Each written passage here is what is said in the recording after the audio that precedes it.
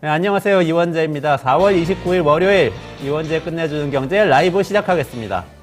그 기사 보셨어요? 아르헨티나에서 미인 대회 열렸는데, 미스 유니버스 아시죠? 지역 대회 부에노스아이레스에서 열렸는데 1등 이름이 어려워요. 알레한드라 로드리게스 60세 어떠세요?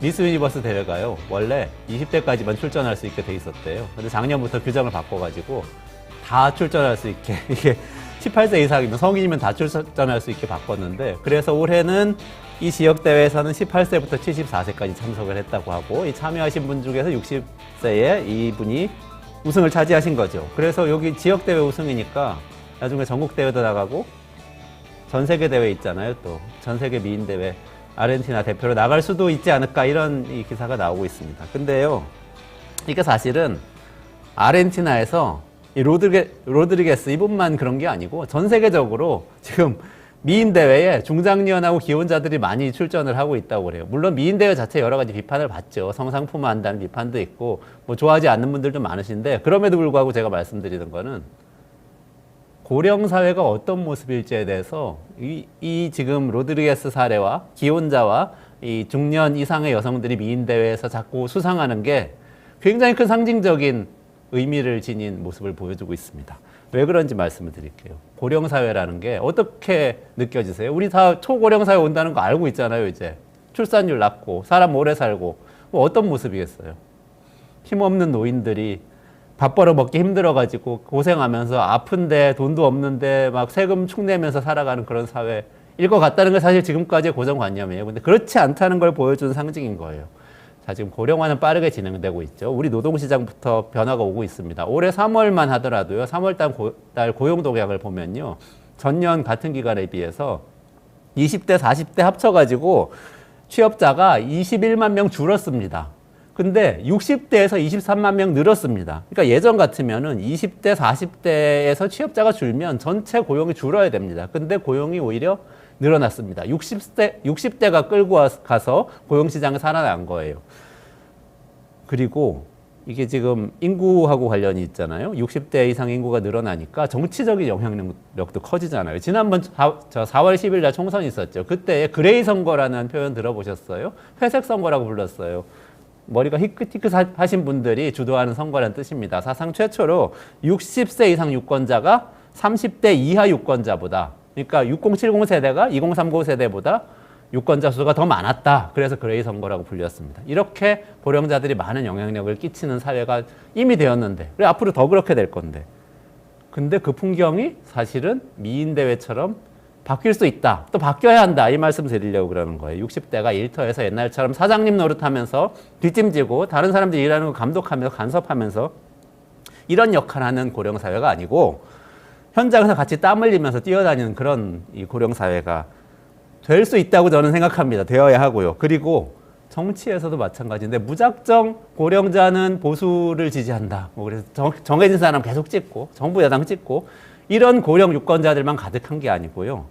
사실 고령자들 정치적으로 굉장히 다양해지는 그런 사회가 올 거라고 저는 생각합니다. 올 수 있고 또 오고 있어요. 정치만 생각해 보면 실제로 미디어 토마토의 3월 그 여론조사 보니까 대통령 긍정평가 조사를 계속 하잖아요. 근데 60대 부정평가가 윤석열 대통령에 대해서 54%예요. 윤석열 대통령 디스하려고 그러는 건 아니고, 60대 이상이라고 하면 예전 같으면 다 지금 대통령, 보수 대통령이니까 지지할 거라고 생각하는데 그렇지 않다는 거, 달라지고 있다는 거 말씀드리는 겁니다. 고령사회에서 60대, 70대 이 고령자들이 젊은 분들하고 같이 뛰어다니면 20대, 30대하고 비슷하게 같이 땀을 흘리면 굉장히 역동적인 사회가 될 수 있습니다. 근데 물론 같이 경쟁을 하면 굉장히 힘든 사회가 될 수도 있어요. 어느 쪽이 될지 그 고민을 많이 해봐야 되는데, 저는 우리 작가님이 주말에 영화 인턴 보셨다고 하시던데, 그 영화 인턴이라는 데서 굉장히 큰 힌트를 얻을 수 있을 것 같아요. 로버트 드니로하고 앤 해서웨이 나온 영화잖아요. 로버트 드니로가 70대에 인턴 사원으로 입사해서 앤 해서웨이라는 이 역할을 했던 30대 CEO가 이끄는 벤처기업에서 CEO를 도와주면서 멋지게 같이 일을 하는 그런 모습이잖아요. 그리고 앤 해서웨이가 위기에 맞았을 때 정말 결정적으로 도움을 주기도 하고, 그렇다고 해서 자리를 탐하거나 부를 가져가거나 이런 것도 아니고, 이렇게 멋있게 협업하는 그런 사회를 좀 만들어가면 좋겠습니다. 네, 오늘은 국민연금 이야기 이어가는데요. 윤영중 랩2050 대표 나오셔서 국민연금 개혁안이 나왔고 앞으로 바뀌게 된다는데 어떻게 바뀌는지 짚어보고 어떻게 바뀌어야 하는지에 대해서 또 굉장히 좋은 아이디어가 있다고 합니다. 윤 대표 모셔서 말씀 들어보겠습니다. 그리고 뒷코너에서 전병서 소장님 모십니다. 중국의 유통 플랫폼들이 공세가 거세죠. 알리, 테무 다 뭐 써보셨죠? 1년에 지금 500만 명씩 유저가 늘어나고 있다고 하는데 우리나라에서만 이거 어떻게 된 건지 괜찮은 건지 앞으로 어떻게 될 건지 짚어보도록 하겠습니다. 잠깐만 기다리시면 돌아오겠습니다.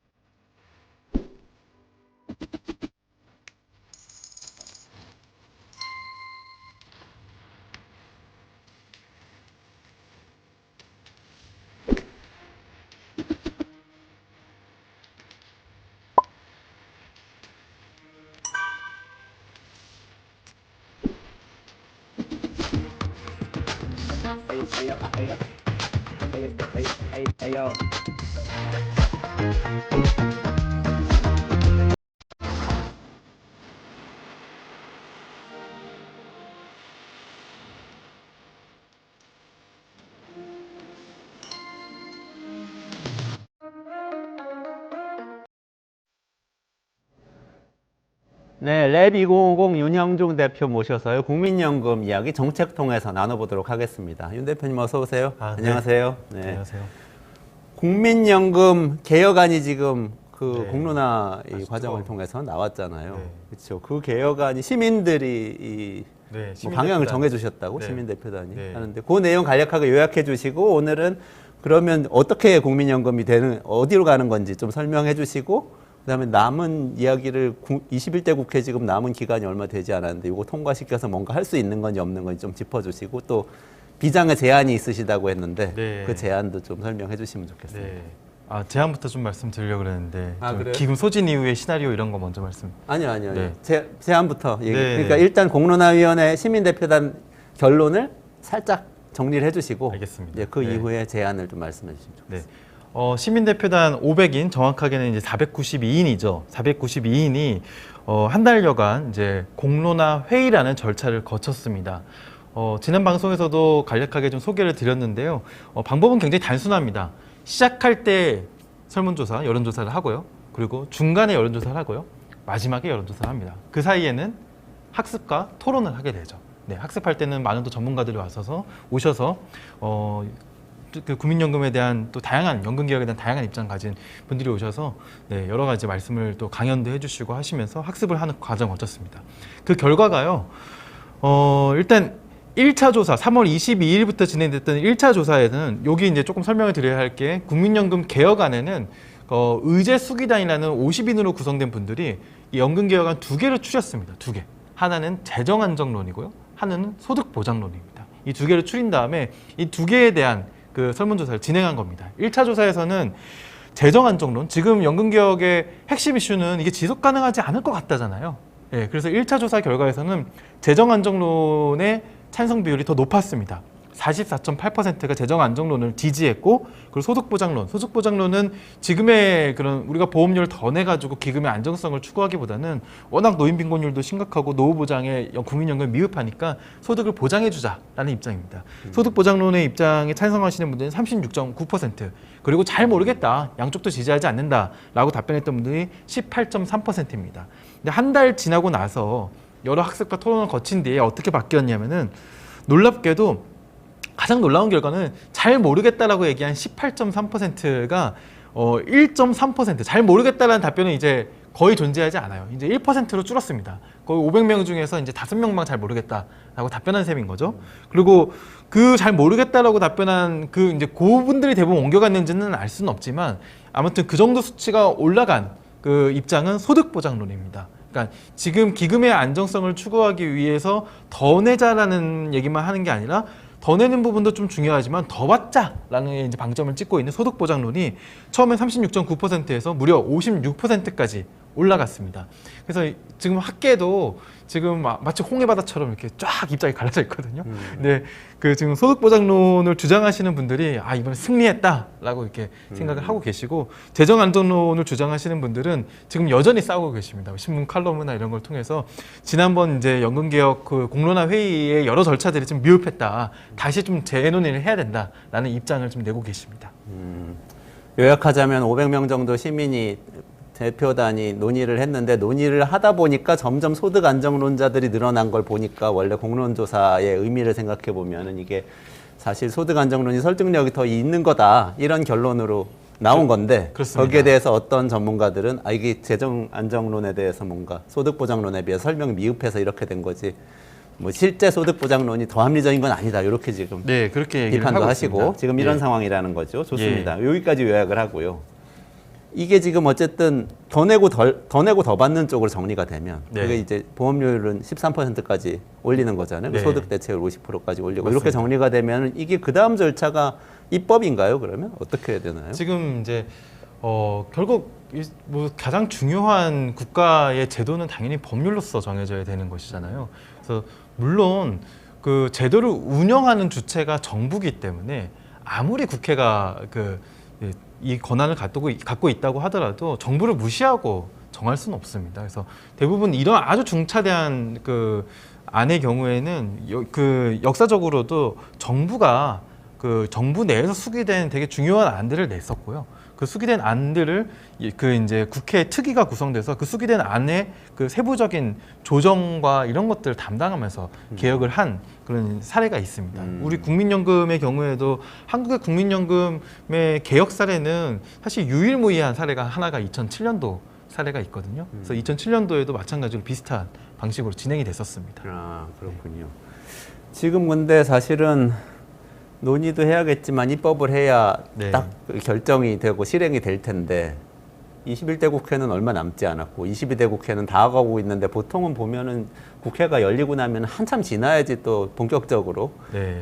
자기들도 논의를 해야 되니까 새로 논의를 해서 새로 또 입법을 하고 이렇게 되잖아요. 네. 그러면 실제 이게 지금 공론조사 결과가 나오긴 했지만 실제 입법되기는 좀 어려운 상황인 거 아닌가요? 한 달 만에 뭔가 성과 낼 수 있어요? 이건 제가 이제 거기에 대해서 아주 뾰족한 아이디어를 하나 가지고 왔습니다. 네네네. 근데 저희 시청자분들이 끝까지 이 방송을 끝까지 좀 듣기 위해서 마지막 10분에 이제 그 얘기랑 그리고 요 한 달간의 국회 동안만 이걸 할 게 아니라 그 22대 국회가 이 방안을 잘 처리하기 위한 방안까지도 제가 좀 준비를 해왔거든요. 마지막에 얘기하실 걸? 그거는 좋습니다. 마지막 10분 동안 좀 얘기를 나누고요. 일단은 그래도 아마 이 방송에서 연금개혁을 처음 접하신 분들도 상당수 있으실 테니까 도대체 연금개혁 왜 해야 되는지 또 기금 소진이 이번 그 절차로 좀 어떻게 달라지는 것인지 그런 얘기를 조금 더 해보자고 그러면은 합니다. 제가 요거 먼저 한번 여쭤볼게요. 이번 공론조사 결과에 대해서 윤 대표님의 개인적인 의견은 어떠세요? 미진하고 미진하다. 아니 미진한 그런 거 말고 이대로 가면 돼요? 아니면 방향을 바꿔야 돼요? 정확하게. 투표한다면 어디에 투표하시겠어요? 둘 중에 하나 정해져 있잖아요. 아니면 뭐 세 번째 안 더 과격한 뭔가가 있다면? 저는 이제 일단은 지금 재정 안정론이 지금 입장에서는 재정 안정론자. 더 필요하다는 입장인 거고요. 네. 그리고 근데 이제 소득 보장을 아예 무시하자는 쪽은 아닙니다. 근데 소득 보장을 할 수 있는 여러 가지 절차들도 같이 하면서 하자는 입장입니다. 뭐 제3의 안을 좀 더 생각하는 안들을 좀 얘기하고 싶습니다. 그러면 제 의견도 말씀드리고 드릴게요. 네, 저는 그렇게 좋을 것 같습니다. 재정 안정론이 아니고 소득 보장론자인데 네. 덜 내고 소득을 보장하자. 네. 그게 덜 이제 내고, 저의 생각. 덜 내고. 덜 내고 소득을 보장하자. 그것도 다른 안이네요. 한번 뜨거운 토론을 한번 해봐도 좋을 것 같습니다. 찬반 토론, 디베이트를 한번 해보시죠. 예. 그러면은 이제 아까 기금 고갈부터 시작해서 개혁이 필요한 이유를 일단 정리를 해주시죠. 네. 일단 재정 계산이라는 그런 제도가 있습니다. 제가 뭐 이 방송에서 뭐 여러 통계도 막 언제 통계를 한다. 장래인구 추계 같은 경우는 5년마다 한 번씩 했는데 지금 2년마다 한 번씩 하는 걸 바뀌었다. 막 이런 얘기하면서 이런 얘기 해드렸잖아요. 국민연금에 있어서도 그 굉장히 중요한 절차가 5년에 한 번씩 재정 계산을 한다는 것입니다. 그리고 바로 작년에 5차 재정 추계가 있었습니다. 5차. 예. 그래서 그 1차, 2차, 3차, 4차, 5차 이 제도가 만들어지고 나서 재정 추계를 할 때마다 그 이 재정이 언제 기금이 언제 최고조를 찍는지 언제 완전히 소진되는지 그 시점이 나옵니다. 예. 근데 1차 재정 추계의 결과가 2003년에 있었는데요. 노무현 대통령 참여정부가 집권하자마자 1차 재정 추계가 나왔거든요. 그 결과가 상당히 충격적이었습니다. 예. 무려 2047년에 예, 재정이 바닥나는 걸로 기금이 완전 소진되는 걸로 나왔거든요. 그래서 참여정부가 그 어떤 정부가 하지 못한 연금 개혁을 해낸 겁니다. 네. 그 결과로서 그 연금 기금 시점이 2047년에서 2060년까지 13년이 늦춰진 거예요. 그리고 네네네. 그 이후로는 아무 개혁이 없었고 그냥 인구 추계에 따른 그 새로운 계산을 할 때마다 그 이제 시간들이 기금 소진 시점들이 앞당겨진 겁니다. 그래서 기금 소진 시점이 2060년에서 쭉 유지가 되다가 4차 재정 추계에서 2057년으로 앞당겨졌고요. 그리고 작년에 이뤄진 5차 재정 추계에서 2055년으로 앞당겨졌습니다. 근데 놀랍게도 여기서 우리가 이제 저출생 추이 때문에 이제 주로 저출생 추이와 기대 연명의 증가로 앞당겨졌다고 얘기를 했잖아요. 놀랍게도 여기서 저출생 합계 출산율을 얼마로 추정하고 있는지 혹시 한번 한번 맞춰보실래요? 보통 뭐 네. 1.5명이나 1.3명 뭐 이렇게 넣지 않아요? 상당히 근접한 수치를 의외로 제시를 하시네요. 네. 예. 2050년 한 1.2를 좀 넘는 정도로 합계 출산율을 가정하고 전제하고 그리고 이제 추계를 한 것입니다. 그래도 많이 낮췄네요. 옛날에는 그거보다 더 높았던 것 맞습니다. 같습니다. 3차랑 4차 때 네네. 그것보다 1.3, 1.5 정도로 추계를 했었습니다. 1.2라는 수치가 지금 우리의 상황으로 봤을 때는 굉장히 생경한 수치잖아요. 근데 이 국민연금 재정 추계하시는 분들은 좀 억울하다고 생각하실 수도 있을 것 같아요. 왜냐면은 이거는 그냥 가져와서 쓴 수치거든요. 네. 어디서 가져온 수치냐면은 제가 조금 전에 언급을 했었던 통계청 장래인구 추계에서 가져온 수치입니다. 근데 통계청 장래인구 추계는 물론 전 세계에서 쓰는 추계이기 때문에 추산하는 방법들이 있긴 있어요. 이게 물론 뭐 가임기 여성을 기준으로 그 가임기가 끝났을 때의 생애 출산 그런 것들을 계산해 가지고 그 이제 세대별로 적용해 가지고 계산을 하거든요. 그렇지만 이게 전 세계에서 통용되는 수치 추산 방법이라고 해서 한국에 들어맞는 것은 아닙니다. 2011년도 장래인구 추계에서 작년에 2023년에 합계 출산율을 얼마 정도로 예측했을 것 같아요? 작년에요? 작년에 1.2명 하지 않았을까? 작년에 한 1.2명 정도 했습니다. 그죠? 네. 그게 근데 중위과정이죠, 중위과정. 네, 불과 10년 뭐 전에. 통계청이 여러 가지 시나리오를 내는데 가운데 딱 네, 하면 중위과정입니다. 네, 그죠? 네, 중위과정으로 1.2를 넘게 추산을 했거든요. 그런데 작년에 얼마가 나왔냐면은 대부분 알고 계시겠지만 0.72가 나왔잖아요. 예, 불과 10년 전에 통계청 장래인구 추계도 이렇게 판판이 틀려가고 있습니다. 근데 우리가 올해 0.6대가 올지도 모른다라고 이제 예상을 하고 있는데 그것의 2배 정도 되는 합계 출산율을 기반으로 이게 계산이 된 거예요. 근데 놀랍게도 여기 이대로 좀 적용이 되면은 생애보험료율이라는 게 있습니다. 생애보험료율은 많은 분들이 그게 좀 과장됐다라고 얘기하는 게 지금의 제도가 쭉 유지가 돼가지고 2055년에 딱 소진됐을 때 그때 부가식으로 개편이 되면 부가식이라는 거는 기금을 쌓아두고 연금을 지급하는 거고요. 부가식이라면 그 해에 이제 적립식이 기금을 쌓아두고 거고. 지급하는 제도고요. 그에 반대되는 부가식은 그 해에 보험료를 납입한 돈으로 보험금을 지급하는 제도죠. 세대별 연대에 기반한 제도인데요. 그렇게 그 작동했을 때 소진 직후에 적용될 보험료율이 한 35% 정도 된다라는 게 이제 뭐 과장됐다 아니다 막 이런 논쟁이 있잖아요. 근데 생애 보험료율이라는 개념은 내가 그 취업하고 나서부터 그 이제 연금 납입이 끝날 때까지의 보험료율을 이제 계산을 한 것인데요. 2015년생이면 지금 초등학교 한 3학년 정도 되거든요.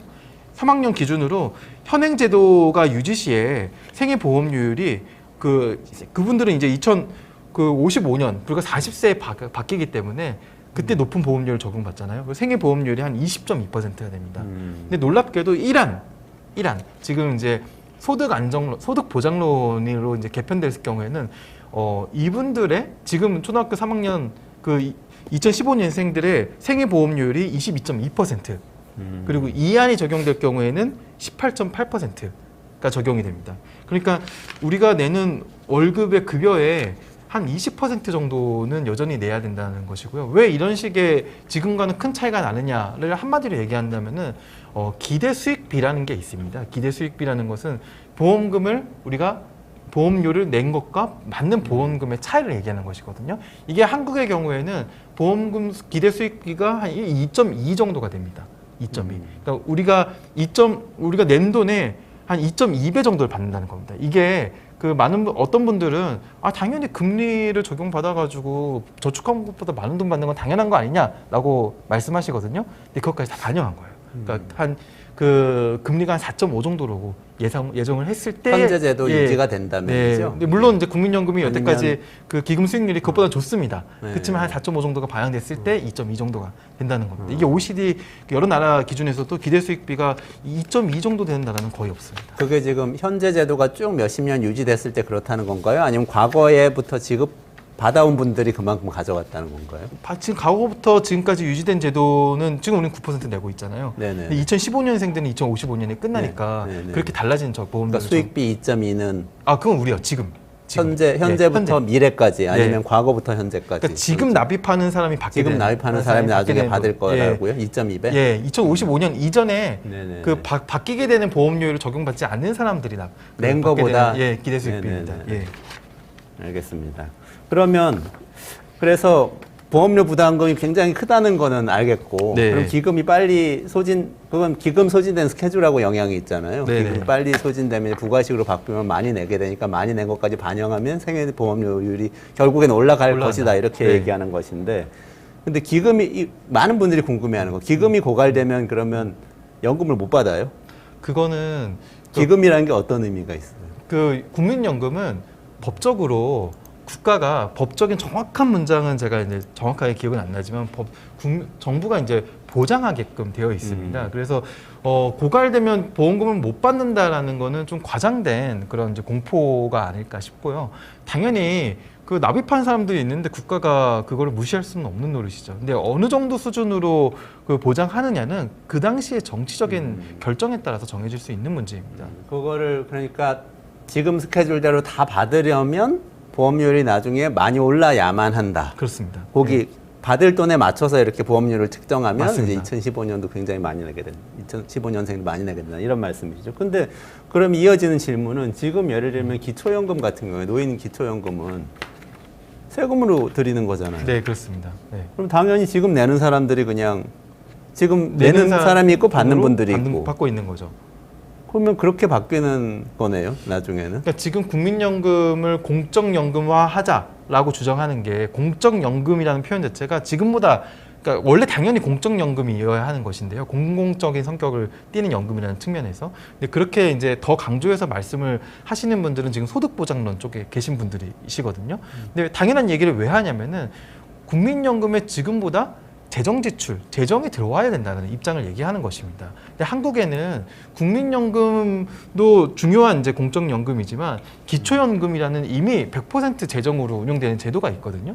그래서 지금 이 양쪽 진영에서 주장하시는 분들이 국민들께 정확하게 알리고 우리가 토론을 해야 할 부분은 국민연금의 공적 기능을 어느 정도 비중으로 가져갈 것이냐. 그럼 공적 기능을 어느 정도 비중으로 가져갈 것이냐에 대한 종합적인 설계를 하려면 그 안에서 기초연금은 어느 비중이 되어야 될 것이냐까지 같이 논의를 해야 됩니다. 그래서 제가 생각하기에는 소득보장론을 주장하시는 분들과 그 재정안정론을 주장하시는 분들 대부분이 기존에 우리가 진보라고 불렀던 분들이 대부분이세요. 그리고 사실은 이 두 가지를 다 합쳐서 따져보면은 어쩌면 그렇게 의견이 차이가 별로 없을 수도 있습니다. 예. 그러니까 저도 궁금한 게 부가식으로 바뀐다는 게 결국은 다 기초연금처럼 한다는 건데 어떻게 보면 복지는 기본적으로 세금을 내 가지고 하는 거잖아요. 맞습니다. 그냥 그렇게 예. 한다는 거고 국민연금이라는 게 기금이 있다는 게 진짜 이상한 거 아니에요? 그러니까 어떻게 보면 전 국민이 돈을 모아가지고 우리 지금 다 돈도 부족한데 1,000조 원을 딱 저축을 해놓은 거잖아요. 그래서 20, 30년 동안 우리 이거 못 써. 건드리지 맙시다. 그리고 그 돈으로 국민연금은 미국에 가가지고 뭐 부동산 투자하고 뭐 유럽에 가가지고 축구 구단 사고 막 이런 거 하고 그럼 미국의 부동산 부자들이나 유럽의 축구 구단들이 돈 받아서 쓰는 거잖아요 지금 우리가 저축한 돈을. 자산시장이 거품을 만들고 그러면 근데 우리가 지금 그거 받아가지고 쓰면 안 돼요. 저는 그래서 기금을 빨리 고갈시키는 게 좋은 게 아닌가. 그리고 네. 세금을 내 가지고 연금을 드리는 게 정상적인 복지국가가 아닌가 이런 생각을 사실 갖고 굉장히 있거든요. 논란이 있는 그 주장들이 많이 나오는데 이 방송을 많이 듣는 주식 투자자들이 굉장히 깜짝 놀랄 만한 말씀이 아닌가 싶습니다. 왜요? 아니 지금 국민연금이 운영하고 있는 기금의 거의 세계 4대 연기금이라고 표현하잖아요. 그 기금이 자산시장에서 빠지기 시작하면은 전 세계 자산시장에 엄청난 쇼크를 발휘하게 되고요. 그리고 물론 우리가 당장의 소비 지출에 쓰는 것보다 그 자산 시장에 돈 들어가는 게 오히려 자산가들의 배만 불려주고 뭐 미국의 뭐 그 스포츠 구단의 그 자산가들의 배만 불려준다고 볼 수는 있으나 근데 연기금이 상당한 규모가 있기 때문에 자본시장의 중심축으로서 여러 기업들의 중요 주주가 되어 있잖아요. 특히 한국의 이 재벌 체제에서는 그 최대 주주들의 전횡을 견제하고 막을 수 있는 방법이 정말 없었는데 지난번 삼성물산 그 제일모직 합병 때만 봐도 문제가 있으면 우리가 단죄를 할 수 있잖아요. 국민연금이 있기 때문에 가능한 일이에요. 예. 그러니까 그런 걸 생각해봐도 꼭 자산시장에 돈 들어가는 거를 그렇게 나쁘게만 볼 필요는 없다라고 생각을 합니다. 예. 그렇군요. 그 국민연금에 모여 있으니까 삼성이 거기 가서 로비한 거 아닌가 뭐 싶은데. 아니 근데 이 주제로 1시간 넘게 토론하는 그 주장에 한 가지만 더 네. 궁금한 거는 그러면 우리한테 다 돈이 1,000조 원이 오는 거잖아요, 주머니. 그럼 우리도 투자를 할 거 아닙니까? 그러니까 네. 자산 시장에 충격이 온다는 게 잘 이해가 안 가는 거예요. 네. 우리는 또 프리미어 리그는 투자를 안 하잖아요. 국내 주식에 주로 많이 투자를 할 텐데 그러면 자산 시장 괜찮은 거 아니에요? 저만 봐도요. 강제적으로 국민연금 떼가지 않으면 그 돈을 당장 그달그달에 소비에 쓸 겁니다. 예, 소비로 돌리게 된다. 예, 그달그달 대부분의 사람들에게는 그달그달에 소비에 쓸 가능성이 높고요. 아무래도 미래를 위해서 투자를 하거나 저축하기는 상당히 어렵죠.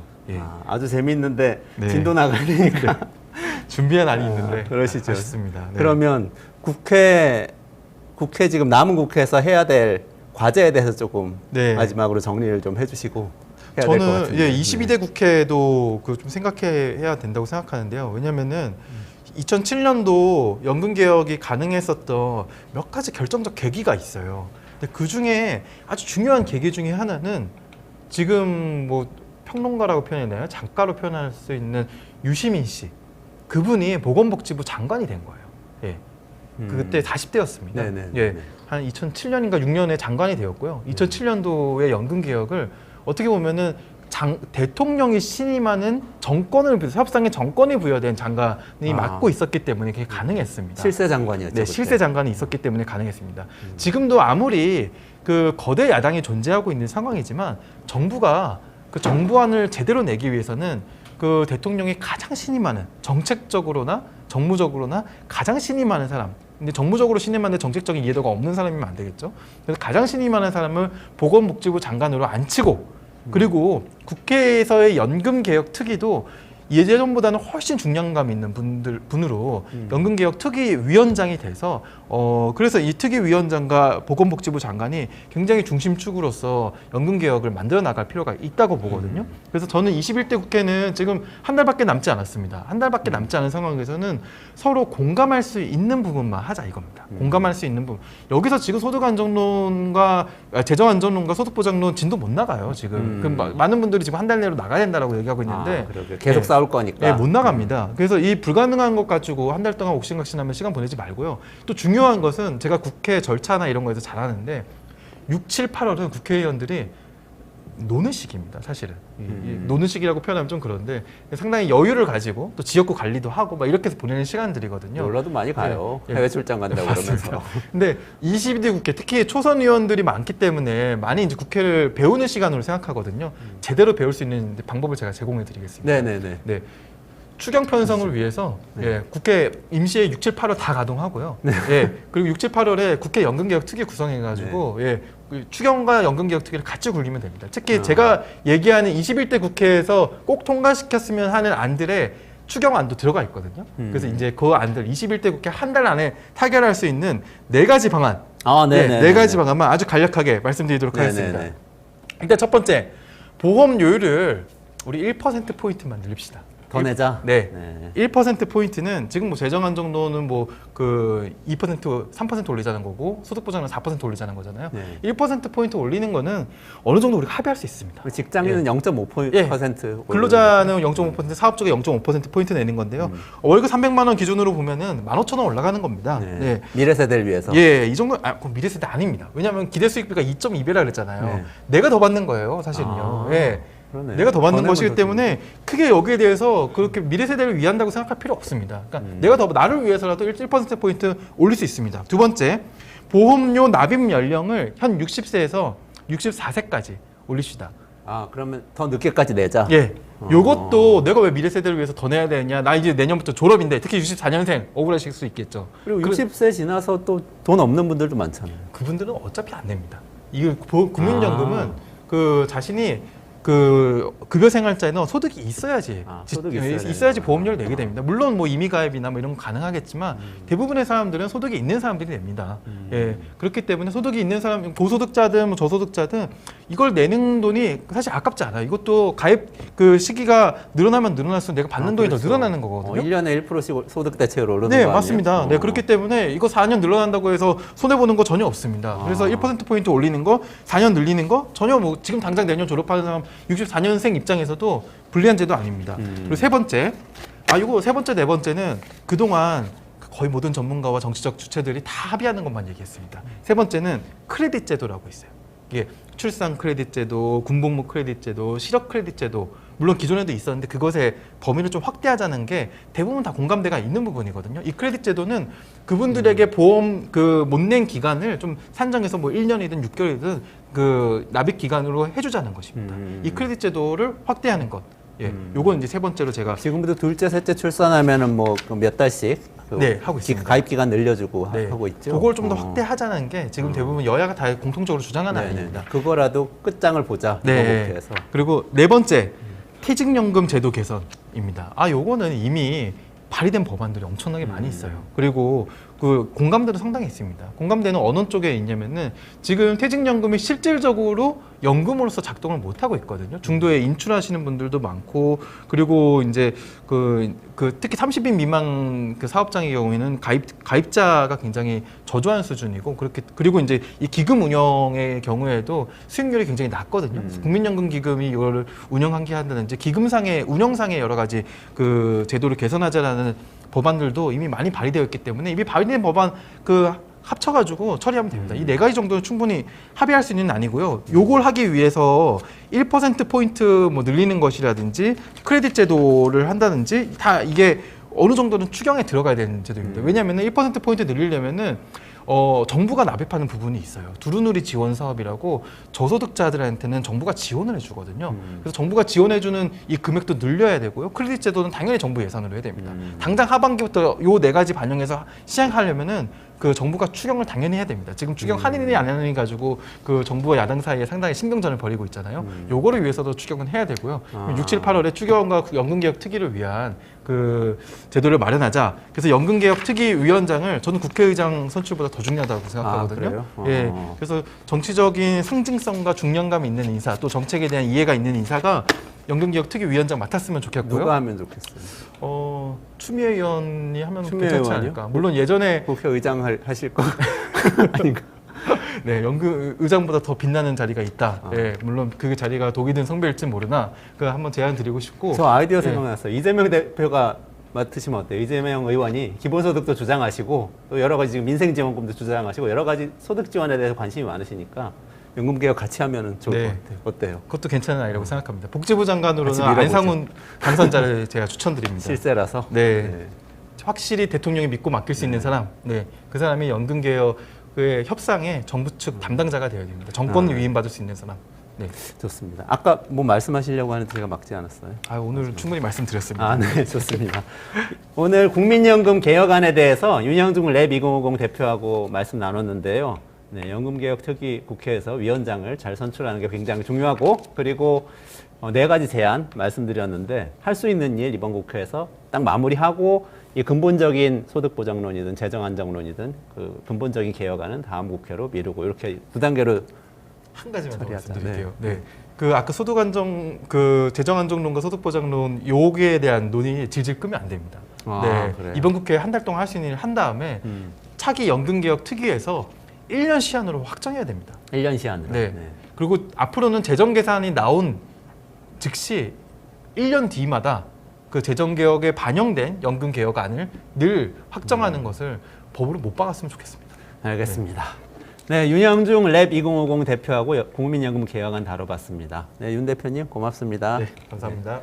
네, 조금만 기다리시면 전병서 소장님하고 알리 테무 이야기 이어가겠습니다.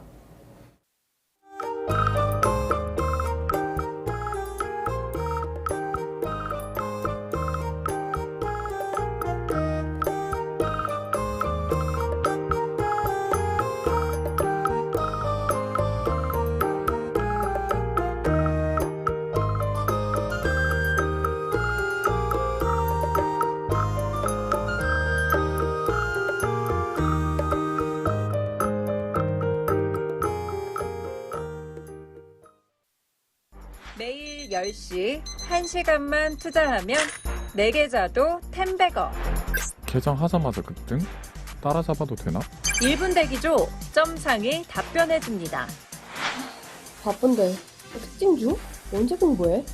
1시간만 투자하세요. 점상이 정리해줍니다.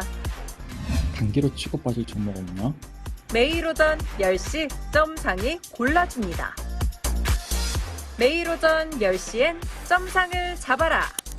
유튜브에서 점상 시크릿을 검색하세요. 네, 이원재 끝내주는 경제, 끝내주는 인터뷰 시간입니다. 알리, 테무, 쉰, 이 유통 플랫폼 공세가 거세죠. 중국에서 건너와서 뭐 1년에 500만 명씩 그 가입자가 확대되고 있다고 하는데요. 이게 지금 어떻게 진행되고 있는지, 그리고 앞으로 우리나라 유통시장에 어떤 영향 끼칠지, 이런 이야기 최고의 전문가 모셔서 말씀 들어보겠습니다. 전병서 중국경제금융연구소 소장님 모시겠습니다. 네, 안녕하세요. 네. 아니 실제로 지금 중국 플랫폼의 공세가 거세죠. 어떤 상황이라고 봐야 될까요?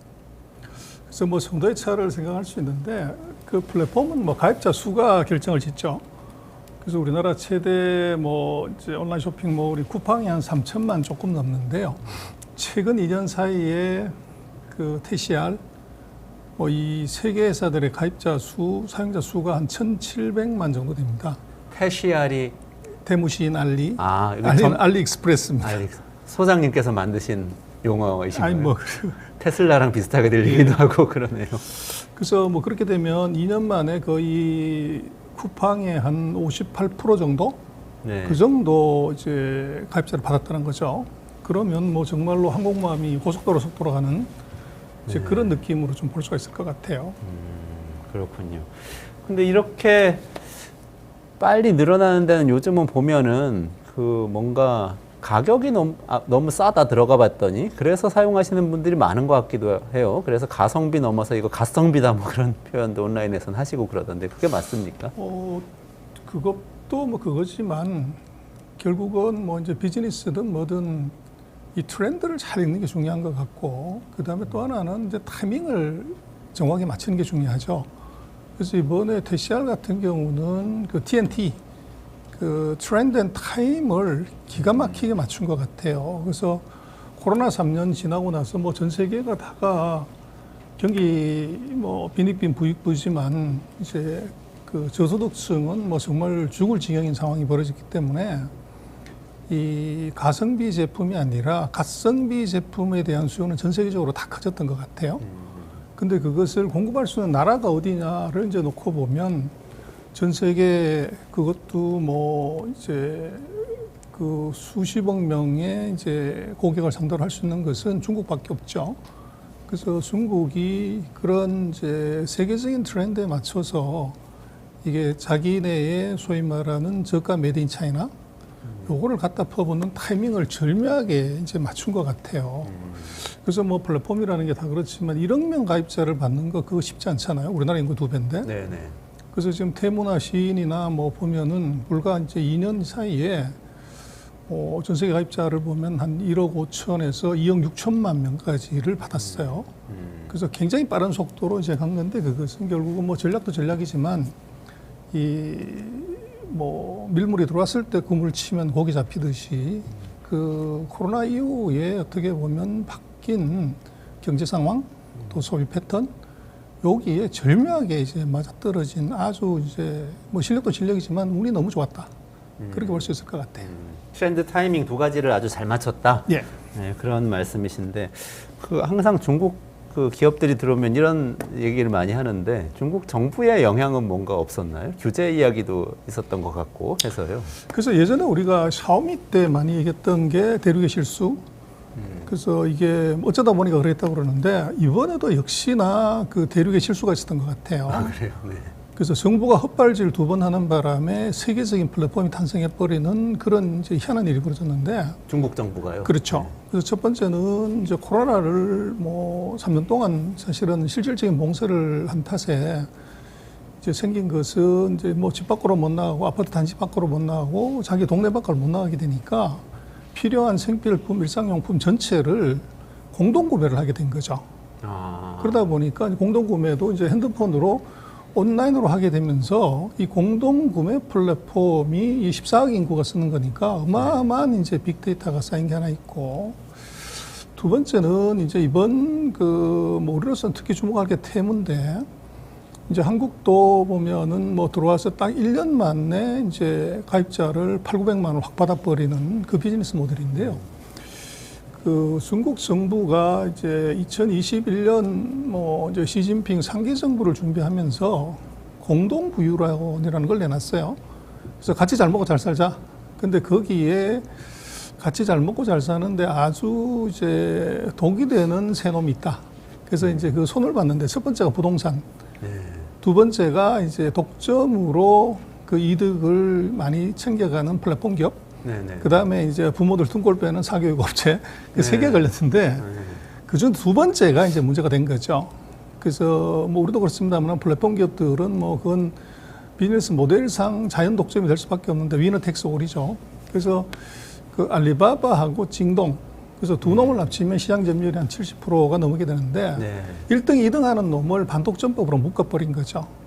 그러다 보니까 이제 3등 하는 핀듀오도라고 하는 3등 업체가 이제 그런 규제에서 완전히 벗어나 있었고 그리고 이제 조금 뭐 어떤 비즈니스 간에 사장이 참 중요한데 그 핀듀오도의 황정희라는 CEO가 발상의 전환을 한 거죠.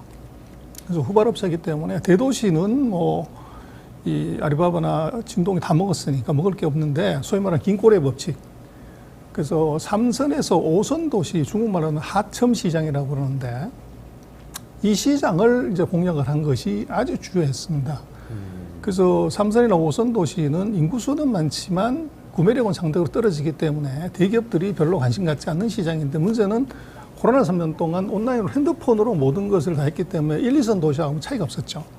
그런데 이 지역들의 특성은 상대적인 소득이 낮기 때문에 저가 제품, 가성비 제품에 대한 이제 수요가 굉장히 컸고 그 두 가지가 어떻게 보면 세계적인 비즈니스 모델을 탄생시킨 아주 이제 기막힌 일이 사실은 벌어진 거고 그래서 이게 어떻게 이제 세계적으로 갈 수 있냐 그러면 우리는 이제 핀듀오도나 무슨 뭐 이제 중국의 저가 플랫폼이 한국을 뭐 무차별 공습한다 큰일 났다 이러는데 문제는 이 비즈니스 모델이 한국을 겨냥해서 만들어진 모델이라면 그 메이크 센스해요. 근데 이건 한국이 먼저가 아니고 미국하고 이미 예를 들어서 이제 테무 같은 경우도 전 세계 50개 나라 아프리카까지 이제 수출을 해요. 그리고 이제 시인 같은 경우는 뭐 한 200개 이런 정도까지 가 있고 그래서 알리익스프레스도 마찬가지로 이제 수백 개 나라에 그 수출을 하는 모델이에요. 그리고 이게 이제 미국에서 앱 다운로드 뭐 랭킹을 보면 이게 1등에서 3등을 하는 그런 이제 기업을 토하는 거기 때문에 한국을 위한 그 어떤 공략하는 비즈니스 모델이 아니에요. 그래서 우리는 오히려 늦게 들어온 거죠. 그래서 그 얘기는 뭐냐 그러면 전 세계적으로 먹히는 비즈니스 모델이 한국에 들어와 가지고 이제 이 시장을 빠른 속도로 잠식하고 있는데 우리는 가로 늦게 이제 뭐 큰일 났다 이제 그러는 거죠. 그래서 뭐 우리는 최근 언론에 보면은 뭐 중국의 초저가 제품들의 공습 그리고 중국이 과잉 생산을 초저가 제품들을 이제 전 세계로 디플레를 수출한다. 뭐 이런 얘기들이 막 나와요. 근데 네. 그걸 조금 냉정하게 보면 중국이 뭐 중저가, 초저가 제품의 세계적인 시장 장악은 테무신 알리가 처음으로 한 게 아니죠. 네. 뭐 78년 이후에 뭐 전 세계에 쓰는 이 초저가 제품, 중저가 제품은 중국이 다 시장을 장악하고 있는 것이고 이번에 무슨 특히 새롭다 이렇게 보는 것은 조금 이제 안 맞죠. 그래서 어쨌거나 하여간 지금 중국의 이 비즈니스 모델이 한국에만 특화된 어떤 비즈니스 모델이라고 하면 이제 한국을 죽이려고 하는 것이다. 한국 제조업을 죽이려고 하는 것이다. 뭐 이렇게 얘기할 수 있는데 그게 아니라는 거죠. 네, 네. 그래서 이게 이제 문제 심각성이 있고 그 얘기는 제가 볼 때는 14억의 인구들이 써본 이제 비즈니스 모델 제품들은 이건 전 세계에 다 먹히는 이제 모델이 될 수 있다는 거죠. 엄청난 빅데이터가 쌓였고 그 빅데이터 안에서 이제 알고리즘 마케팅을 통해서 이제 고객을 찾아내는 그게 무지 발전했다는 거죠. 이제 14억이라고 하면 미국 인구 뭐 3억 2천에 유럽 인구 한 6억에 일본 인구 1억 몇천을 더한 이 인구들 수준의 빅데이터를 이제 만들었기 때문에 그래서 결국은 빅데이터라는 게 뭐 데이터가 좋은 게 들어가면 AI가 지능이 점점 높아지는 거지 않습니까? 그렇죠. 네, 그래서 네. 이제 지금 이 중국의 그런 저가 온라인 쇼핑 플랫폼을 뭐 이제 후진국이 만든 플랫폼 이렇게 볼 수가 없다는 겁니다. 엄청난 지능 지수를 가진 플랫폼 그렇게 봐야 될 것 같아요. 굉장히 발달한 글로벌 플랫폼으로 봐야 된다 이런 입장이신 그렇습니다. 거네요. 아 그렇군요. 제가 이제 뭐 알리익스프레스 이런 데 보면은 뭔가 물건을 추천을 해준다거나 이런 게 굉장히 많은 것 같아요. 그런 것들이 이제 데이터가 많음으로써 갖게 되는 그런 장점인가요? 그렇죠. 그래서 이제 그거가 뭐 우리 아마 테무 한번 써보시면 이 지겹도록 광고가 날라오죠. 네네네. 그리고 이제 소위 말하는 바이럴 마케팅이나 SNS를 통한 마케팅이 이게 이제 중국 같은 경우에 그 온라인 어떻게 보면 공동구매 4년 동안 엄청나게 이제 그 노화가 만들어진 거죠. 그리고 이미 전 세계를 상대로 해본 그 마케팅 툴이 그대로 한국에 모듈로 갖다 뿌리면 자동으로 이제 올라오게 되는 그런 현상이 나타나죠. 테무가 원래 공동구매를 하던 플랫폼이었던 겁니까? 그렇죠. 그래서 이제 그렇군요. 아까 말씀드렸던 이 핀도어가 만든 전사상거래 중에서 이제 1, 2선 도시가 아닌 3, 4선 도시들의 이제 3, 5선 도시에 그런 이제 긴 꼬리를 먹으려고 만들었던 이제 특별한 비즈니스 모델이죠. 그런데 그게 이제 지금 세계적인 모델로 모회사보다도 더 세게 나가버린 거죠. 아, 그리고 저는 또 좀 궁금한 게 사실은 아까 중국의 저가 제품이 사실은 원래 세계를 장악하고 있었다 이렇게 말씀하셨지만 예전엔 중국이 굉장히 인건비도 싸고 그랬잖아요. 여러 가지가 이제 싸니까 그냥 싸게 소싱해서 싸게 파는 그런 플랫폼이었다면 지금은 사실 소득도 중국도 소득이 굉장히 높아지고 또 여러 가지 소싱 비용도 나름대로 많이 늘었을 거란 말이죠. 그런데도 어떻게 이런 경쟁력이 그거요. 이렇게 봐야 되는데요. 중국 인당 소득이 지금 13,000달러인데 해안 도시는 이제 우리 뭐 한 10년 전 같은 25,000달러인데 저 중서부 도시는 인당 소득 5,000달러 내외예요. 근데 평균이 5,000달러로 하는 것은 하이가 7,500, 로가 2,500이 되는 거죠. 그러면 2,500이면 지금 인도, 베트남 뭐 이 정도 수준의 소득 수준이고 그 인구들이 뭐 한 3, 4억 가까이 된다는 거죠. 그래서 거기서 만들었을 때의 코스트는 베트남이나 인도하고 별 차이가 없다는 겁니다. 근데 이제 우리는 그거 왜 못하고 중국은 하냐 그러면 우리는 공장들이 전부 동부 해안 지방에 거기에 주로 이제 있었고 중부 내륙으로 들어가서는 첫 번째 언어 문제, 무슨 뭐 문화 문제, 이 소통 문제 또 어떻게 보면은 이제 물류 코스트 때문에 우리는 애초부터 할 수가 없었고 중국은 이제 자기네 나라이기 때문에 네네. 중국은 뭐 인당 소득이 13,000달러라고 하지만 그 안에는 이제 어떻게 보면 중진국하고 저 아프리카나 이제 동남아의 가난한 나라들하고 같은 수준의 이제 나라들이 병존한다. 이제 그렇게 볼 수 있죠. 그래서 그게 첫 번째 이제 낮은 코스트 하나고 두 번째는 뭐냐 그러면 지금 이 비즈니스 모델 자체가 우리도 뭐 인터넷이 뭐냐고 그랬을 때 인터넷 전자상거래는 중간상을 없애는 유통상을 없애기 때문에 낮은 가격으로 이제 뭐 물건을 공급할 수 있다는 게 최대 강점인데 실제로는 아마존 마찬가지로 아마존에서 팔고 있는 많은 물건이 메이드 인 차이나란 말이에요. 근데 메이드 인 차이나도 그 알리바바의 1588 이제 구매 사이트에서 사가지고 이제 아마존이 공급을 하는 그런 형태죠. 1588 구매 사이트라는 게. 그래서 아마존의 이제 중간상인 거죠. 아, 네네. 그래서 실제적으로는 이제 중간상이 다 존재하는 그 다이렉트로 고객을 만나고 생산자까지를 접속이 안 되니까 네. 그걸 중개하는 중개 사이트들이 계속 있고 네. 실제적으로 유통상이 있었다는 거죠. 네네네. 근데 지금 이게 테무나 뭐 시인, 알리익스프레스 같은 경우는 정말로 C2M, 커스터머 투 매니팩처러 시스템을 정말로 제대로 갖춘 겁니다. 그래서 네. 그게 이제 기존의 플랫폼하고 다른 점이 이 사람들은 이제 위탁 시스템이라고 해서 그 온라인 뭐 핸드폰 상에서 앱 상에서 저 우르무치에 있는 예를 들어서 핸드폰 충전기 만드는 회사 사장이 자기네가 만든 제품을 예를 들어서 테무에다 공급했다고 하면 거기서 실시간으로 자기네 그 재고 상황, 매출 상황 이걸 다 볼 수가 있는 거죠. 그리고 그것을 이제 고객이 직접 들어가 가지고 클릭해서 사기 때문에 그 중간상이 실제적으로 없어진 겁니다. 그 진정한 의미의 중간상을 완전히 없앤 탓에 뭐 보통 우리가 인터넷에서 사는 가격보다도 40~50%더 낮은 가격으로 이 물건을 만든 거죠. 그래서 그 코스트 자체가 낮은 데다가 그런 이제 플랫폼을 이걸 정말로 소비자하고 이제 생산자가 직거래를 하는 플랫폼을 만들었다는 게 네네네. 이제 이 세계 플랫폼의 특징이죠. 네. 근데 다른 이제 한국이나 예를 들면 미국 뭐 이런 이제 플랫폼들은 중국의 제조업자와 직접적으로 컨택해서 그런 유통망 이제 이걸 구축할 수 있는 능력이 안 됐기 때문에 네네네. 중국에 있는 다른 유통상 인터넷 회사를 거쳐서 구매를 하다 보니까 그만큼 코스트가 올라가는 거죠. 아, 그렇군요. 그런데 요즘 보니까 진짜 알리익스프레스 같은 데서 구매를 하면은 다음날 오기도 하고 그러더라고요. 그런 게 어떻게 가능한지 저는 참 그게 미스테리처럼 궁금하더라고요. 보이는데 사실은 뭐 치팅이죠.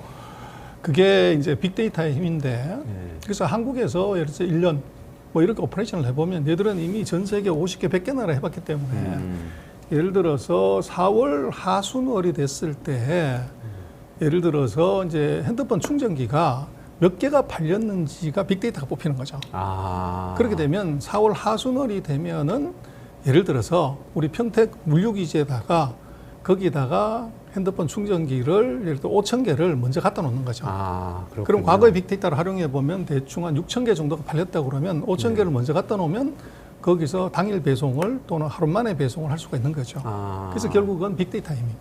그게 우리나라 물류업체에서도 뭐 밤샘 배송, 새벽 배송할 때 쓰는 방법인데 우리는 좁은 국토 안에서 하는데 중국 플랫폼은 중국에서 소싱해가지고 여기까지 오는 데에 다 전 세계로 그걸 퍼뜨릴 수가 있군요. 그렇죠. 전 세계에다가 다 이제 지금 물류 창고를 만든다고 하는 것이 바로 그거죠. 근데 물류 창고를 뭐 무식하게 있는 것이 아니라 그 사이에 자기네들이 오퍼레이션 해본 이제 소비 데이터를 가지고서 네네네. 이 뭐 적정 재고량 그거를 사전에 이제 갖다가 놓는 거죠.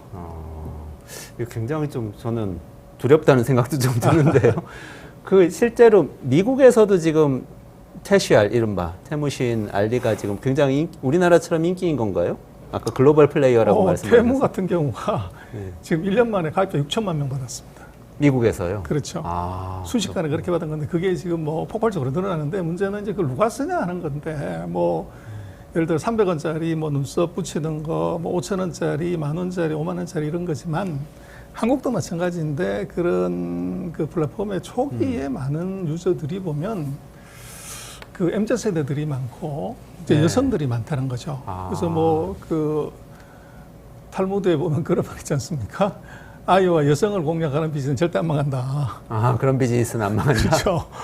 근데 이제 그거 자체가 왜 초저가 모델이 그렇게 히트를 했냐고 그러면 MZ 세대들은 신문도 안 보고 예를 들면 뭐 일반적인 기성세대들과는 다른 이제 SNS를 쓰기 때문에 그리고 이제 그 자금의 그 규모가 엄마 아빠한테 받는 용돈 레벨이기 때문에 저가 제품, 싼 제품들에 대한 이제 구매 호소력이 굉장히 강하죠. 그러다 보니까 이제 이 사람들이 많이 쓰게 되고 또 이제 뭐 가격 자체가 그렇게 높지 않기 때문에 이것이 한번 쓰고 버려도 된다. 네, 이제 근데 쓰고 버리려고 생각을 했는데 아, 한번 버리긴 아까워. 써봤더니 괜찮아.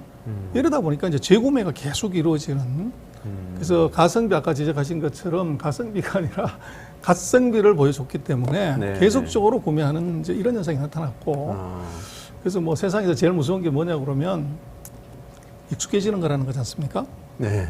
그래서 이게 이제 지금 MZ세대 같은 경우는 다른 기성세대들이 쓰는 고가품의 플랫폼을 쓴 게 아니고 어떻게 보면 세상에서 물건을 구매하는 데 있어서 맨 처음 접해본 이제 플랫폼이 중국의 저가 이 플랫폼이기 때문에 이 사람들의 예를 들어서 이제 20대가 되고 30대가 되고 40대가 됐을 때도 익숙함에 이제 묻혀가지고 그걸 계속 쓰게 되면 이게 이제 아마존을 뛰어넘을 수 있는 거죠.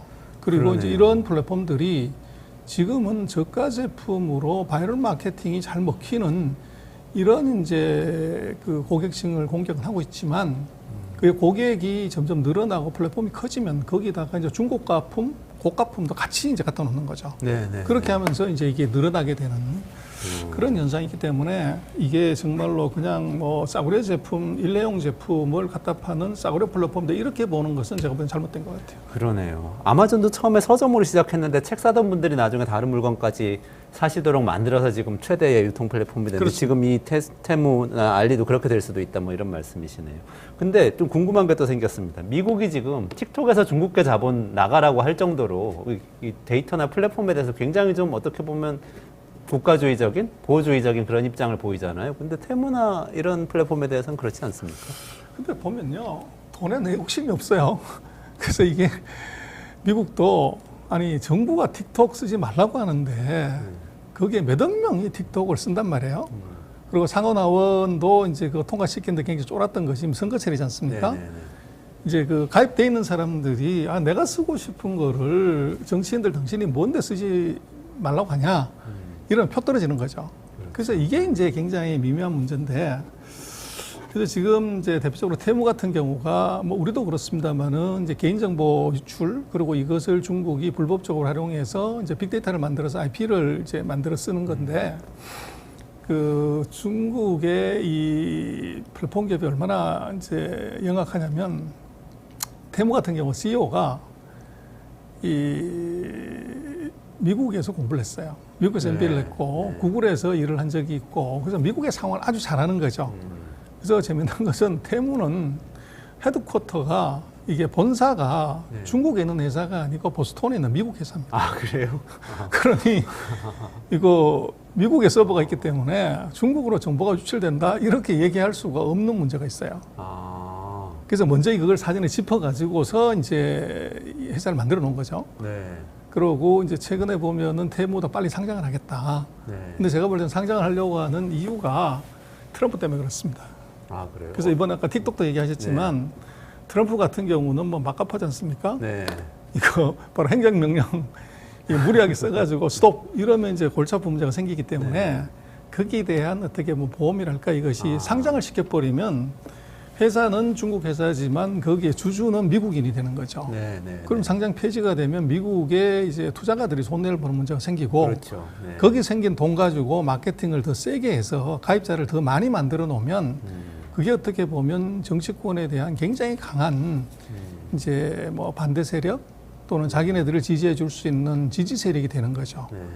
그래서 중국을 이제 쉽게 보면 안 되는 것이 그런 정도까지 생각해서 회사를 만들었다는 것 이거 이제 정말 장난이 아니죠.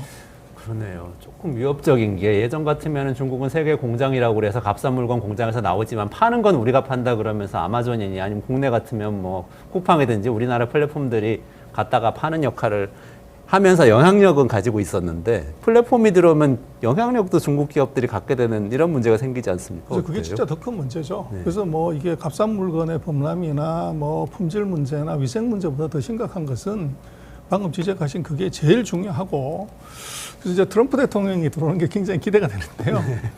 그래서 이게 지금 질문제도 그게 있었습니다만은 이제 이게 미중 무역 전쟁하고 무슨 관계가 있냐 밀접한 상관성이 있습니다. 아, 그래요? 그래서 첫 번째는 이제 이게 소액으로 이제 작게 들어오는 것, 요거를 미국은 2016년에 이제 전자상거래 활성화를 위해서 $800까지는 개인들이 직접 사는 물건에 대해서는 관세를 안 붙여요. 네, 네. 그리고 중국도 이제 뭐 2018년에 미중 무역 전쟁이 벌어지니까 미국이 보복 관세를 뭐 25% 막 때리고 이러니까 중국도 이제 수출세라는 게 있는데 7.5% 요거를 안 붙였어요. 그래서 수출세에서 7.5% 빠지고 예를 들어서 이 미국에 들어와 가지고 내는 그 세금 16.5% 빠지니까 한 24% 정도 이제 그 텍스 세이빙이 있는 거죠. 네네. 근데 만약에 트럼프 대통령이 와가지고 이거 무슨 소리냐, 그 800달러도 다 이제 세금 내라. 이러면 지금 그 모든 태무나 시인의 그런 이제 개인이 직접 구매하는 것도 가격이 뭐 16% 올라간다고 봐야죠. 그래서 지금부터 올라갈 수 있는 가능성이 있고, 그래서 그럴 가능성도 사실은 있습니다. 그러니까 한 번에 800달러입니까? 그렇죠. 한 번 구매에. 예, 인당 구매. 예. 근데 그렇게 하면 미국 소비자들이 들고 일어나지 않을까요? 그래서 바로 그걸 노리는 거죠. 네. 그렇군요. 우리나라 얘기로 마지막으로 좀 여쭤보면은 우리나라 유통업체들은 지금 뭐 지금까지는 속수무책인 것 같은데요. 앞으로는 어떻게 됩니까? 그래서 우리는 이제 유통업체 갖고 얘기를 하는데요. 그 유통업체들이 우리만 문제가 아니고 그럼 다른 나라 전 세계 50개 나라, 150개 나라, 200개 나라는 어떻게 되냐? 거기도 같이 이제 문제가 되는 그러네요. 건데 네. 지금은 중국이 뭐 아까 말씀드린 가입자 수에서는 그렇게 폭발적인 성장을 하지만 이 단가가 뭐 이제 5,000원, 10,000원, 뭐 5만 원 밑에짜리이기 때문에 전체 규모로 보면은 아직도 쿠팡이나 뭐 이런 한국의 메이저들의 뭐 한 5에서 많아봐야 20% 네. 그 이하예요. 매출 기준으로. 그렇죠. 그렇죠. 근데 네. 거래액 기준으로. 근데 네. 이제 문제는 뭐냐 그러면 지금까지 그냥 초저가 브랜드가 아니고 중국에서 갖고 오는 것에 대해서 우리가 여러 가지 불신이 있기 때문에 한국의 판매자들 이 사람들이 여기다 바로 물건을 올려서 그 플랫폼에서 팔 수 있게끔 하는 이런 이제 플랫폼을 개설하기 시작한 거죠. 그래서 중국의 그 저가품들이 그 플랫폼에 올라서 파는 것도 있고 이제는 한국관을 따라 만든 겁니다. 한국의 이제 제조업체들이 그 알리익스프레스나 테무에 거기다가 자기 상점을 개설해서 팔 수 있게끔 그렇게 되면 우리로서는 품질 문제라든지 뭐 이런 데서 굉장히 편하게 되죠. 네. 그래서 최근에 보면 알리 같은 경우는 이제 K-에브뉴 뭐 이런 걸 만들어 가지고 한국점들을 한국 회사들을 입점을 시킵니다. 그런데 문제는 이제 우리 같은 경우는 뭐 입점할 때 입점 그 수수료 내야 되고 네. 또 판매에서 판매 수수료를 내야 되는데 이걸 지금 안 받는 거죠. 무료. 그렇게 되면 이제 한국 업체들이 대거 여기에 이제 입점하게 되면 기존에 있던 한국의 플랫폼 기업들 같은 경우들은 이제 어떻게 보면 셀러들이 이동하는 그런 현상이 나타날 수가 있고 그래서 지금 그쪽이 더 심각할 수도 있어요. 그러네요. 그래서 이제 트래픽이 네. 워낙 좋기 때문에 결국은 뭐 플랫폼이라는 게 트래픽 장사거든요. 그래서 우리나라의 플랫폼들은 트래픽이 정체되어 있는 상태고 이쪽은 급속도로 크기 때문에 셀러들 입장에서는 이제 커가는 사이트에다가 올리고 싶은데 문제는 얘들이 수수료를 안 받네. 그러면 뭐 경쟁적으로도 올리게 되는 이제 그런 상황이 나타날 수가 있고 그래서 뭐 한국 유통업체 어떡할래 그러는데 정말로 사실은 비상 상황이죠. 그리고 그 사이 우리는 뭐 정부가 독과점법으로 묶는다는 것에 대해서 뭐 이걸 키워가지고 세계적으로 모델을 이게 아니고 한국 안에서의 이제 어떻게 보면 뭐 이제 규제 뭐 이런 걸로만 가다가 보니까 소위 말하는 국제 경쟁력을 가질 만한 플랫폼을 못 만들었다는 것이 우리한테 너무 지금 뼈아픈 거죠. 근데 우리가 조금 긍정적으로 생각할 수 있는 부분은 지금 이제 뭐 결국은 우리가 중국의 초저가 모델 또 저렇게 큰 이제 모델을 이길 수 없다 그러면 이게 이제 이용을 하는 방법을 생각을 해야죠. 그래서 반대로 생각을 하면 우리는 지금 초저가가 들어와서 미국도 그렇고 한국도 그렇고 이게 타격이 크지만 중저가품 또는 고급품에 있어서는 아직 중국이 이제 경쟁이 못 가는 부분이 많고 또 한국 제품에 대한 뭐 K컬처의 그 수요가 굉장히 크기 때문에 그걸 우리가 전 세계 50개 나라, 150개 나라에 직접 팔거나 유통망을 구축하기 굉장히 어려워요. 근데 지금 같은 경우는 이 세계 플랫폼을 역으로 이제 올라타면 우리는 이제 전 세계에다 갖다 팔 수 있는 룸이 있는 거죠.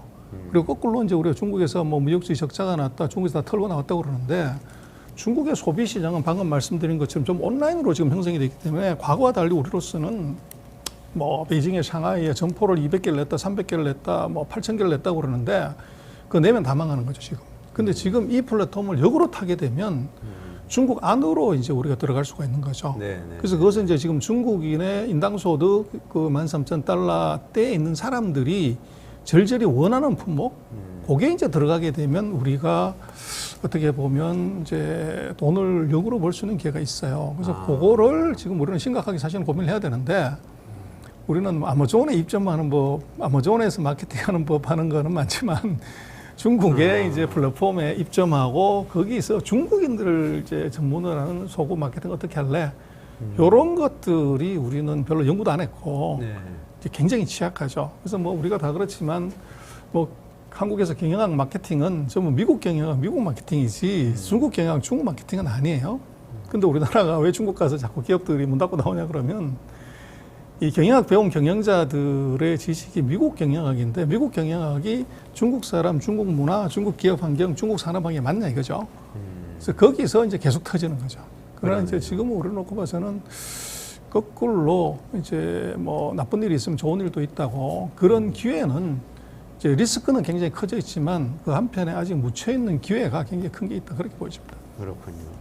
컨텐츠 크리에이터들이 아무리 국내 플랫폼 만들어 놓고 해도 안 가고 다 유튜브에 와가지고 올리는 거랑 좀 비슷한 상황이 될 수도 있겠네요. 근데 혹시 쿠팡이나 이런 국내 유통업체들이 뭐 쓱닷컴이나 이런 데들이 좀 더 확장해서 외국으로 나가서 조금 뭐 완전히 맛 경쟁은 안 되더라도 조금 글로벌하게 나가야 될 그럴 필요성은 없을까요? 뭐 진작에 나갔어야 되는데요. 우리는 이제 뭐 국내 안에서 싸움하고 국내 안에서 어떻게 보면 사실은 한국의 뭐 마트도 그렇고 유통점들이라는 것이 동네 구멍가게들 쓸어 묻어가지고 거기서 이제 먹은 것이 그간의 성장 아닙니까?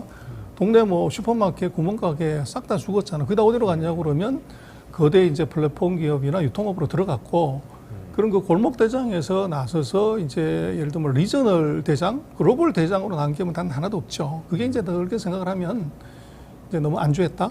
그 다음에 이제 경영자들이나 회사가 조금 이제 큰 비전으로 그리고 전략적으로 더 큰 시장을 먹을 수 있는 그런 시야 그리고 이제 그거 자체가 놓고 보면 그 해외에서 살아보고 일해보고 공부해본 사람들 이 사람들이 이제 경영자였다면 어떻게 되냐 그게 굉장히 중요하죠. 그래서 아까 말씀드렸지만 테무 같은 경우가 어떻게 미국의 그 정보보호 문제 이제 데이터 문제까지를 감안을 해서 법인을 미국 보스턴에다 만들어 가지고서 이제 이런 거 전 세계로 뿌릴 생각을 했냐.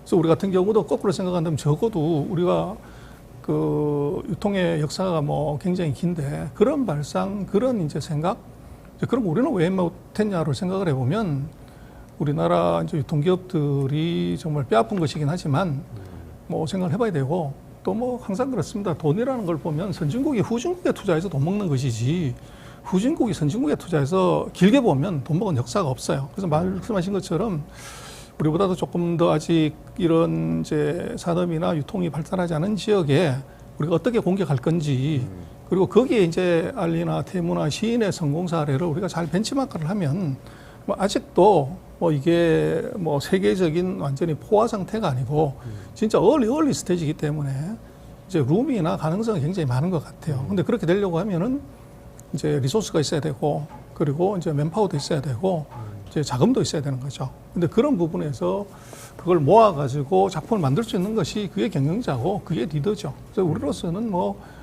이게 지금보다도 더 세진 이제 대시알이 들어왔다고 그러면 우리가 더 크게 충격받았을 건데 지금이라도 우리가 충격받은 건 저는 한국의 동기업들한테는 굉장히 좋은 약이다.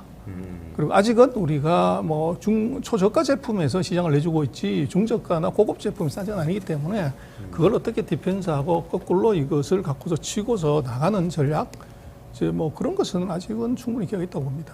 알겠습니다. 전 소장님 시간이 다 돼서 여기서 좀 정리를 해야 될 것 같은데요. 전병서 소장님하고 태쉬알의 경쟁력에 대해서 알아봤고요. 빅데이터를 굉장히 중요하네요. 빅데이터 가지고 경쟁력을 만들어냈다는 거 굉장히 인상 깊게 들었고요. 우리나라는 그 플랫폼을 활용해서 글로벌로 나가고 또 우리나라 유통기업들 아직 못하고 있는 글로벌 플랫폼 전략도 적극적으로 펼쳐야 하는 굉장히 좋은 적기다. 이렇게 좀 정리를 해주셨습니다. 오늘 말씀 감사합니다. 네. 네, 이원재 끝내주는 경제 매일 12시 30분에 진행됩니다. 내일도 12시 30분에 라이브 시작하겠습니다. 고맙습니다.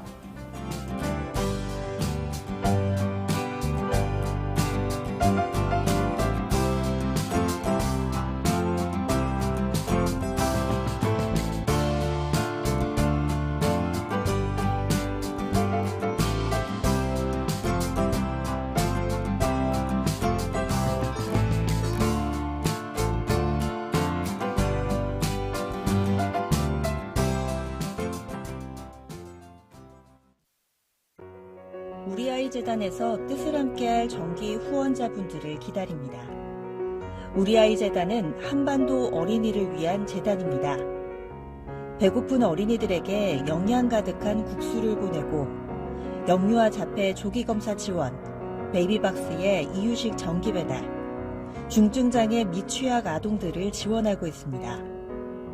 따뜻한 손길을 이어주는 분들께 우리 아이 팔찌와 감사 선물을 드립니다.